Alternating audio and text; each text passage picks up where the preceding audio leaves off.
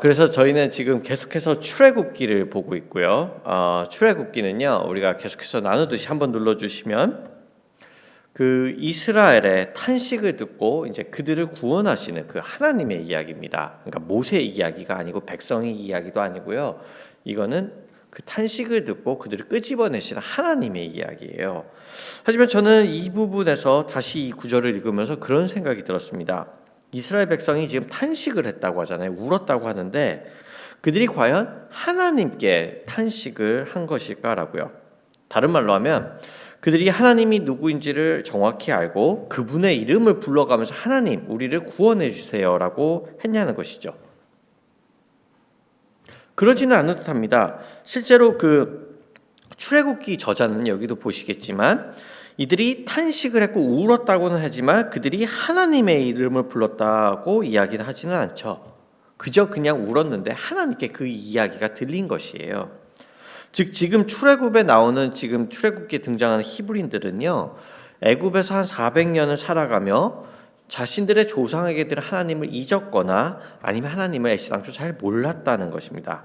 만일 그들이 하나님을 잘 알고 기억을 했다면 그들은 정확하게 구체적으로 하나님께 도움을 요청했겠죠. 그죠? 아브라함의 하나님, 이삭의 하나님, 야곱의 하나님이요, 우리의 고통을 알고 구해달라고요. 마치 아이가 엄마를 정확히 부르잖아요. 그냥 우는 게 아니라 엄마 나를 도와주세요라고요. 자, 그런 의미에서 우리는요, 여기 있는 우리는 이 하나님이 누구이신지를 잘 알고 있을까요? 물론 우리는 그 하나님을 우리의 그 표현대로, 우리의 생각대로 정의할 수도 있는 듯합니다. 그리고 요즘날 사람들은 하나님을 표현하는 것을 제가 생각했을 때는 좋아하는 것 같기도 해요. 그래서 그런 말을 여러분들도 해보신 적도 있고 아마 들어보신 적도 있으실 것 같아요. 뭐 예를 들어서 내가 생각했을 때 하나님은 참 사랑이 많으신 것 같아. 하나님은 우리의 아픔에 늘 공감해 주시지. 내가 하는 하나님은 그러지 않을 것 같아. 뭐 이번에 대선이 있었는데 대선 때도 그런 얘기를 많이 나왔어요. 내가 생각했을 때는 하나님이 트럼프를 뽑으신 것 같아. 내가 생각했을 때 하나님이 저 사람은 안 된다고 하는 것 같아 하면서 우리 나름 하나님에 대한 그런 생각들을 편하게 하곤 합니다. 저도 그렇고요. 물론 우리가 이렇게 하나님에 대해 이야기를 할 수 있겠죠. 또 자신의 경험을 토대로 하나님에 대한 간증을 할 수도 있고요. 하지만 자칫하면 이것은 우리 안에 있는 우리 마음대로, 우리의 색깔대로 하나님을 정의하고자 하는 그 마음을 표현하는 건지도 모르겠습니다. 다른 말로 하면은 나는 누구도 나에게 하나님이 누구이신지를 알려달라고 하나님이 누구인지 나에게 말해달라고 하는 게 아니라 나 스스로가 하나님은 이런 분이라고 생각하고 정의하고 싶다는 것이죠.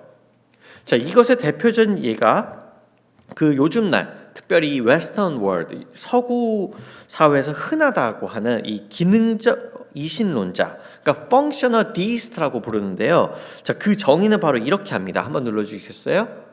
글씨가 작네요. 제가 읽어드릴게요. 기능적 이신론자는 이론적으로는 하나님을 믿지만 일상생활에서는 하나님을 멀리 있거나 거의 개입하지 않는 분으로 여기는 사람을 묘사하는 표현입니다. 이신론은 창조주를 인정하지만 하나님이 세상을 창조한 이후에는 세상에 관여하지 않는다고 보는 신념 체계를 뜻합니다. 기능적 이신론자들은 기도를 하거나 예배에 참석할 수는 있지만 하나님과의 가까운 관계를 추구하거나 일상에서 하나님의 적극적인 개입을 기대하지는 않습니다. 즉 하나님이 존재하고 종교적 가치나 전통을 따르긴 하지만 실제 생활에서는 하나님을 먼 존재로 여겨 하나님이 자신의 삶에 즉각적이고 능동적으로 영향을 미치지 않는 것처럼 행동하는 것을 의미합니다. 그러니까 우리의 행동이 하나님은 어떤 분이시라는 것을 정의하고 있다는 것이죠. 다시 말해 내가 하나님이 없는 것처럼 행동하고 살고 있다면 이미 나는 하나님이 이 세상에 개입하지 않는 분이라고 나 나름 정의하고 믿고 그렇게 행동한다는 것이에요. 그런데 실제로 보면 우리는 이것을 원할 때가 참 많은 것 같습니다. 하나님이 창조주인 것은 알지만 거기까지만 하시고 우리 삶에 깊이 인volve 되는 것은 또 싫어요. 우리 보고 물질을 사랑하지 말라고 하고 우리 보고 이웃을 위해서 나를 내어주라고 하고 그리스도를 위해서 고난받으란 말은 우리가 별로 듣고 싶거나 이렇게 달가운 표현은 아니죠. 그러니까 다시 언급해드리면 우리의 행동이 마치 하나님은 살아는 계시지만 그냥 우리를 스스로 그래 너네 알아서 너네 편한 대로 살아라고 그렇게 내버려두는 하나님이라고 정의하는 것이죠. 하지만 정말 중요한 것은 우리가 하나님을 어떻게 생각하고 정의하냐는 것은 사실 하나님이 정말 누구이신지와는 상관이 없다는 것입니다. 그게 포인트예요. 그러니까 예를 들어서 아무리 장님이 그런 예가 있잖아요. 장님한테 코끼리를 만지라고 했더니 이걸 기둥이라고 생각한대요. 장님한테 코끼리를 만지라고 했더니 코끼리는 다리가 2개라고 뭐 한다고 해도 장님이 아무리 그렇게 표현해도 코끼리가 다리가 4개 있고 동물인 것은 변함이 없는 것처럼 말이죠. 그렇다면 하나님은 정말 어떤 분이실까요? 물론 오늘 이 짧은 설교 가운데 그것을 다 이야기할 수는 없을 것입니다. 그리고 실제로 하나님을 다 안다고 하는 것 자체가 불가능해요. 그렇죠? 하나님이신데 만약에 내가 하나님을 전부 다 파악을 하고 내가 하나님을 1부터 뭐 100까지 다 안다고 하면 그분이 정말 하나님이실까요? 우리는 우리 옆에 사람도 다 누구인지 잘 모를 때가 많단 말이에요. 나 스스로도. 근데 하나님을 다 안다고 할 수는 없을 것이에요. 하지만 오늘 저희가 다루는 이 출애굽기 3장은요.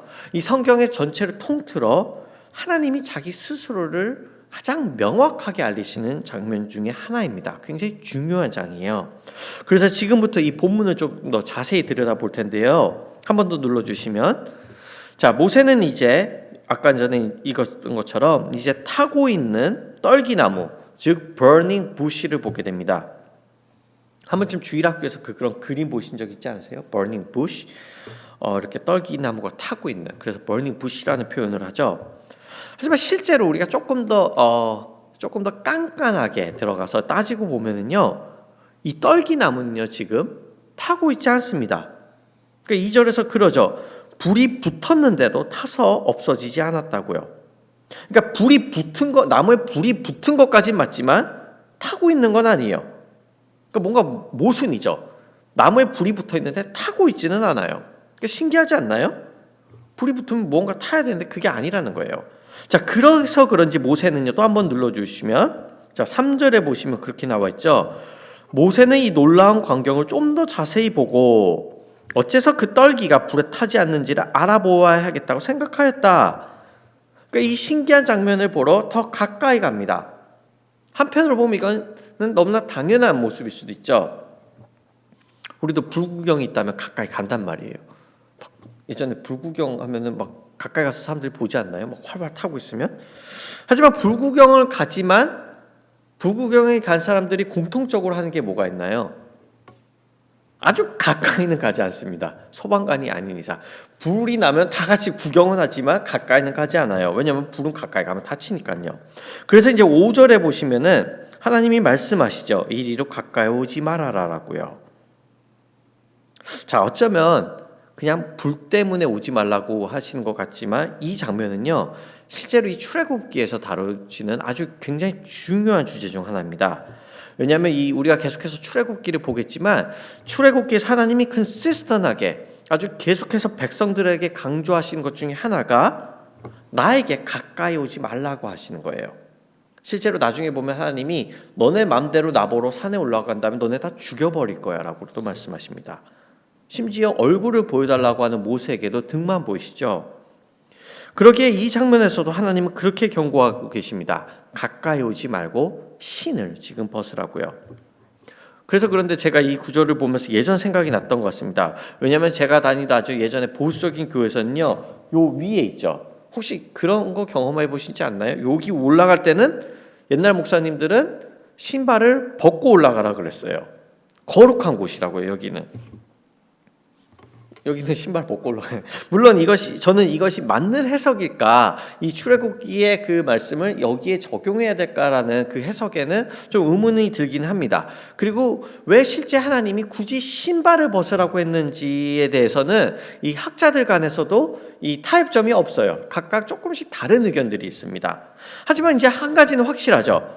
하나님이 계신 곳은 거룩, 즉 곧 구분된 곳이라는 것입니다. 다시 말해 하나님이 지금 모세에게 하고 싶으신 말씀은요, 나는 너랑 다르다는 것이에요. 자, 그러기에 이제 모세는요, 또 한번 눌러주시면 이제 하나님이 자신을 소개하시죠. 나는 너의 조상의 하나님, 고 아브라함의 하나님, 이삭의 하나님, 야곱의 하나님이라고요. 그러자 모세가 처음 보였던 반응은요, 하나님 반갑습니다가 아니고 뵙기가 두려워서 얼굴을 가립니다. 그리고 이건 역시 성경에서 컨시스턴하게 나오는 장면이에요. 그 누구든 하나님을 보면요, 반갑습니다 하는 게 아니라 하나님을 보고 무서워서 숨어요. 그래서 그런데 한번 생각해 보시면 오늘날 우리가 갖고 있는 생각과 참 많이 다르지 않나요? 그러니까 우리는 늘 이렇게 기도한단 말이에요. 하나님을 만나고 싶어요. 그분의 얼굴을 보고 싶고 하나님과 친밀하게 지내고 싶다고요. 그러니까 우리는 얼굴을 가리는 게 아니라 막 하나님께 달려가서 안기고 싶어 하죠. 우리의 찬양 가사를 보고 우리의 기도 내용을 봐도 하나님을 보고 싶어 하고 막 하나님한테 가서 막 하나님을 허그하고 싶어 해요. 저는 이 부분이 잘못됐다라고 생각하는 것도 아니고 그걸 말씀드리는 것도 아닙니다. 하지만 때로는 이런 메시지들은요, 적어도 제 생각에는 때로는 우리가 하나님을 너무 가볍게 포트레이하는 게 아닌가라는 생각이 들어요. 내가 필요할 때 하나님은 마치 인자하신 어떤 동네 할아버지처럼 와서 그저 나를 위로해주고 얘야 뭐가 필요하니 내가 다 들어줄게 하는, 그래서 때로는 하나님이 마치 나의 남자친구 같은 그런 이미지로 말입니다. 그래서 아까 언급해드린 그런 기능적 이신론도 가능한 것이에요. 하나님은 사랑은 많지만 내 삶에 직접적으로 개입하시고 막 잔소리하시는 분은 아니에요. 그러니까 그분은 내가 어떻게 살든 상관하지 않는다는 것이죠. 하지만 이 떨기나무에서 모세에게 자신을 알리신 하나님의 메시지는 분명합니다.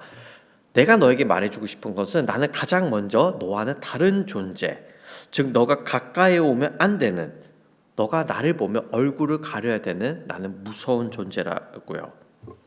그렇게 우리도 하나님을 떠오르면은 가장 먼저 이 부분을 기억해야 되는 것이죠. 그분은요, first and foremost 우리에게는 두렵고 경외의 대상입니다. 하지만 이렇게 모세에게 먼저 가까이 오지 말라고 하시는데 그분이 이렇게 얘기하세요. 또 한번 눌러주시면, 그쵸? 위에 계시는 분이지만 그리고 그 백성들이 자신의 이름을 부르면서 탄식한 것도 아니지만 그분은 그렇게 얘기하시죠. 그 고통의 소리를 들으시고 그들의 고통을 아신다고요. 아니 심지어 8절을 좀 더 보시면 하나님은 이제 그런 얘기를 하십니다. 이제 내가 내려온다고 하세요. 뭔가 모순처럼 이 장면이 들리지 않으세요?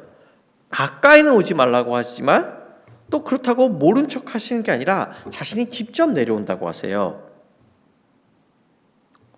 저는 좀 모순같이 느껴졌어요. 가까이는 오지 마. 나는 멀리 있어야 되는 대상이야. 그렇지만 내가 너에게 또 내려갈게라고요. 한편으로는 모순같이 들릴 수 있겠지만 어쩌면 이 부분이 우리 기독교를 기독교로 만드는 하나님의 굉장히 유니크한 특징이고 특별함입니다. 예를 들어서요, 어떤 종교에서의 신은요 그냥 트랜센덴트한 신입니다. 그러니까 그래서 그들에게 신은 그저 경배의 대상이고 두려움의 존재예요. 특별히 이슬람과 힌두교에서의 하나님은 그저 경배만 받을 뿐이지 막 하나님과 친해지고 하나님과 친근하고 하나님과 사랑과 교제를 나누는 그런 대상은 아니에요. 반면에 어떤 종교에서의 신은 예를 들어 이 요즘에 흥했던 그 뉴에이지 사상들을 자세히 살펴보면은요, 그들이 말하는 것은 모든 곳에는 신이 있다는 것이죠. 어딜 가도 신이 있고 신이 존재하는 거예요. 그러니까 묵상을 하면 심지어 내 내면 속에 있는 신도 만날 수 있다고 그들은 강조합니다. 그러니까 이들에게 이 신은요 두려움의 대상이 아닌 거예요. 여기도 신이 있고 저기도 신이 있으니까 그저 그 신은 편안하고 포근하고 나에게 안식을 주는 존재일 뿐이죠. 하지만 우리가 믿는 하나님은 우리 위에 계시지만 우리와 구분되어 계시지만 동시에 우리가 함께 계십니다. 그런 의미에서 그분은 우리에게 가장 두려운 존재이지만 또한 동시에 가장 사랑이 많으신 분이죠. 그래서 영어로 표현하면은 He is both above us and among us라고 표현을 합니다. 그래서 이제 우리가 주기도문 때도 우리가 함께 나눴지만 그런 고백을 하잖아요. 하늘에 계신, 그렇죠? 그러니까 그분은 땅이 아닌 우리와 다른 하늘에 계시지만 그분은 우리 하나님, 곧 다른 이의 하나님이 아니라 우리의 고통과 아픔을 아시고 직접 내려오시는 우리 하나님이라고요.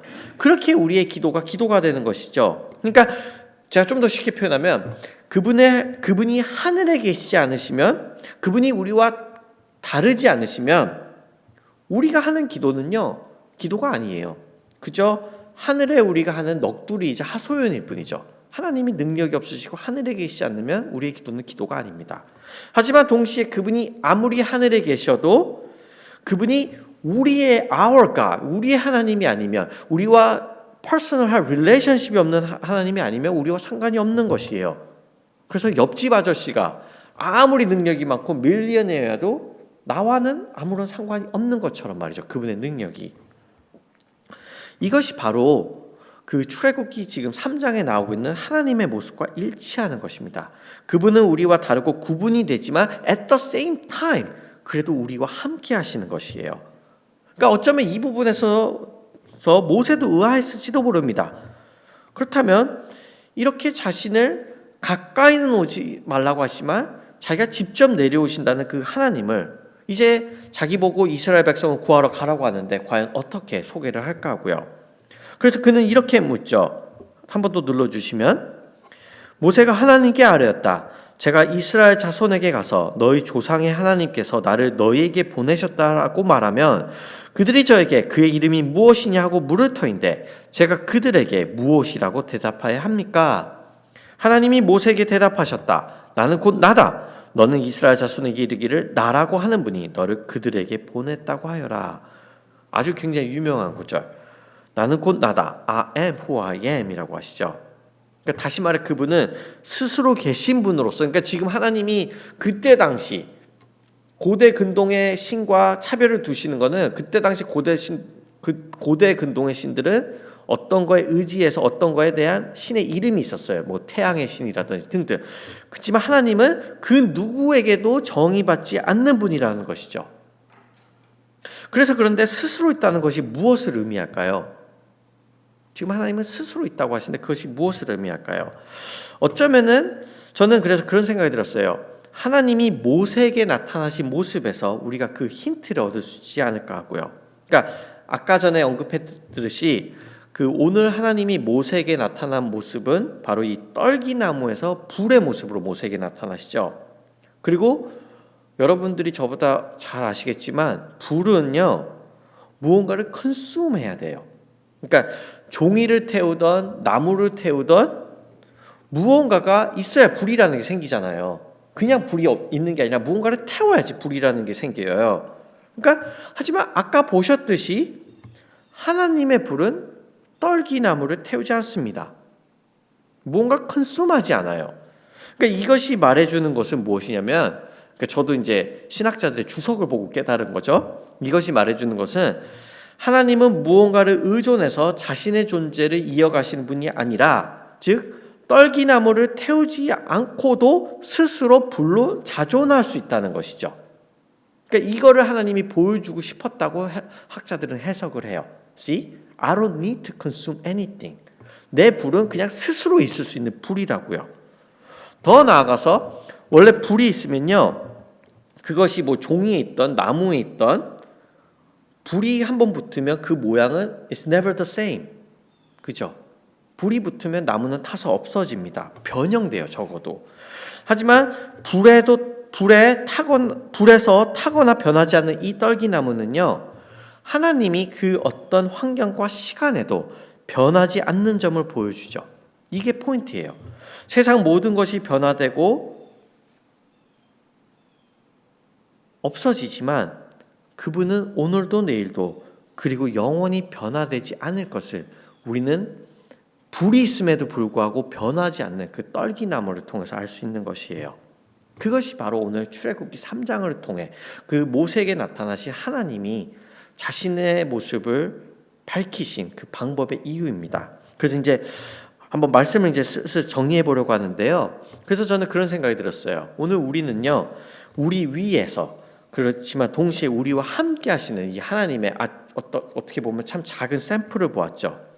그렇게 모세는 하나님께 아주 가까이는 갈 수 없었지만 동시에 이제 백성에게 내려오시는 하나님을 경험하게 됩니다. 그분은 너무나 거룩하시지만 동시에 그분의 사랑이, 그 탄식을 듣고 내려오시는 그 자비가 우리에게 내려와서 우리로 하여금 그 하나님의 그 거룩하심을 감당할 수 있게 만드는 것이죠.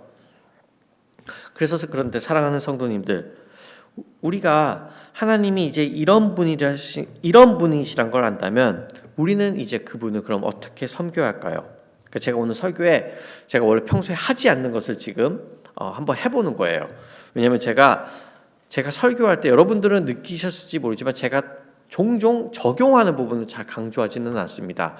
그게 틀렸다 맞았다라는 찬반론이 있는데, 저는 제가 설교를 할 때 또 제가 설교를 들을 때 그냥 스스로 함께 생각하고 그 적용점을 찾아가는 걸 좋아해요. 근데 오늘은 한번 그래도 이 부분은 우리가 같이 적용하는 부분을 제가 한번 강조하면 좋겠다라는 생각이 들어서 이 적용점을 한번 여러분들과 나눠보려고 하는데요. 그래서 한번 같이 생각해 봤으면 좋겠어요. 하나님이 이렇게 가장 무서우시고 동시에 가장 사랑이 많으신 분이라면 우리는 이제 그분을 어떻게 섬겨야 할까요? 어떻게 섬겨야 할까라고요. 그래서 제가 내린 결론은요. 첫째는 우선은 겸손과 경외로 그분께 나아가야 한다는 것입니다. 쉽게 말해서요. 그분이 내 삶을 지켜보시고 그분이 내 삶에 인발부한다는 것을 기억하자는 것이에요. 그러니까 아까 언급한 기능적 이신론자가 아니라요.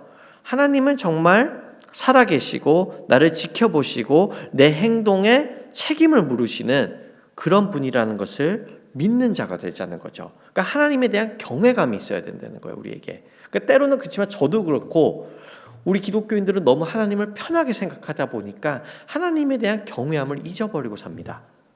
그러니까 은혜가 너무나 많이 강조된 나머지 내가 아무렇게나 살아도 하나님이 진짜 나를 벌하실까? 하나님이 나를 지켜보실까? 하나님은 그런 무서운 존재일까라는 그 경외함이 우리 기독교 안에서 많이 사라진 게 사실이에요. 둘째는요, 하나님께 의지하는 것입니다. 생각해 보시면요, 하나님은 지금 우리에게 올라오라고 하신 게 아니라 하나님이 우리의 탄식을 듣고 내려오십니다.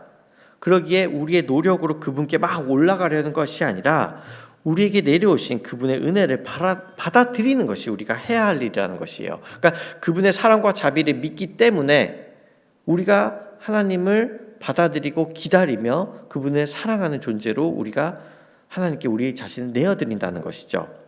물론 이 두 가지 다 우리는 우리의 힘으로 할 수 없습니다. 그렇지 않나요? 우리가 온전히 하나님을 두려워할 수 있는 능력도 없고, 그러니까 제가 그런 생각을 했어요. 우리가 정말 온전히 하나님을 두려워할 수 있을까? 내가 하나님을 온전히 두려워할 수 있을까? 저에겐 그런 능력이 없는 것 같아요. 하지만 동시에 내가 그렇다면 하나님을 온전히 사랑할 수는 있을까? 그런 능력도 저에게는 없는 것 같습니다. 그래서 우리 설교의 마무리는 항상 우리의 중보자 되신, 즉 거룩한 하나님이시지만 인간의 모습으로 우리에게 내려오신 그 그리스도께 의지하자는 게 항상 설교의 마무리인 거죠. 이것이 너무나 뻔하고 지금 보니까 좀 제가 회개가 되네요. 예전에 제가 노 목사님 설교를 들을 때 그런 얘기를 했어요. 지금 이 포인트에 목사님이 이 얘기를 또 하시겠네. 목사님이 이 영상을 안 보실 거라 믿고 얘기하는 거지만 지겨워.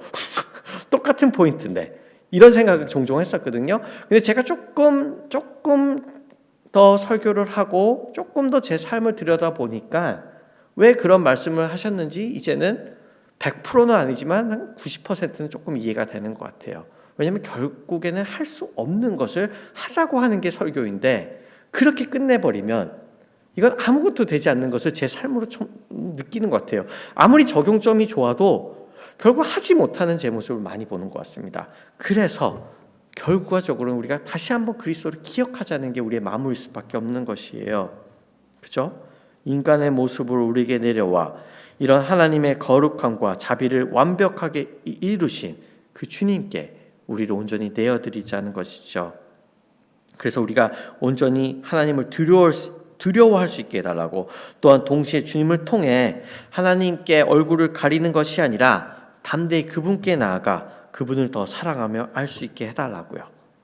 그렇기 때문에 부디 이 그리스도 안에서 God, who is both above us, among us를 더 알아가며 섬길 수 있는 저와 여러분들이 되기를 주님의 이름으로 축원합니다.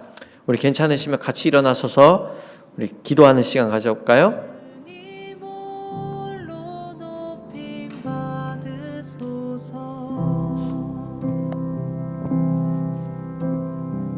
예, 우리 이 시간은 잠시 묵상하는 시간 갖도록 하겠습니다.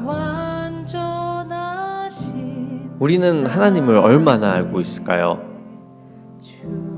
이것은 죄책감을 불러일으키자는 것이 아니라 다시 한번 우리 자신들을 리마인드 하자는 것이에요. 우리에게 정말 하나님을 알고자 하는 갈망이 있는지, 우리가 하나님을 온전히 알고 있는지, 아니면 우리는 우리 편한 대로 하나님을 쉐이프업하고 우리의 욕망대로 하나님이 따라주시기를 바라고 있는 사람들인지. 그래서 이 시간 우리가 이 말씀을 생각하면서 다시 하나님이 어떤 분인지를 기억했으면 좋겠습니다. 그분은요, 우리와 다른 분이세요. 그분은요, 우리의 경외의 대상이고, 그분은 우리가 가까이 갈 수 없는, 우리와 너무나 다른 두려운 존재입니다. 하지만 우리가 감사한 것은 그런 그분이 어쩌면 우리가 그분을 향해 울부짖지 않았음에도 불구하고 우리 삶의 고통과 아픔을 아시고 직접 내려오셨다는 것이에요. 그분이 아무리 거룩하지만 그분의 사랑과 자비가 우리에게 그 거룩함을 감당할 수 있게 합니다. 그래서 우리가 이 시간 다시 한번 그 하나님을 묵상하면서 하나님을 온전히 알게 해달라고 기도하는 시간 갖도록 하겠습니다.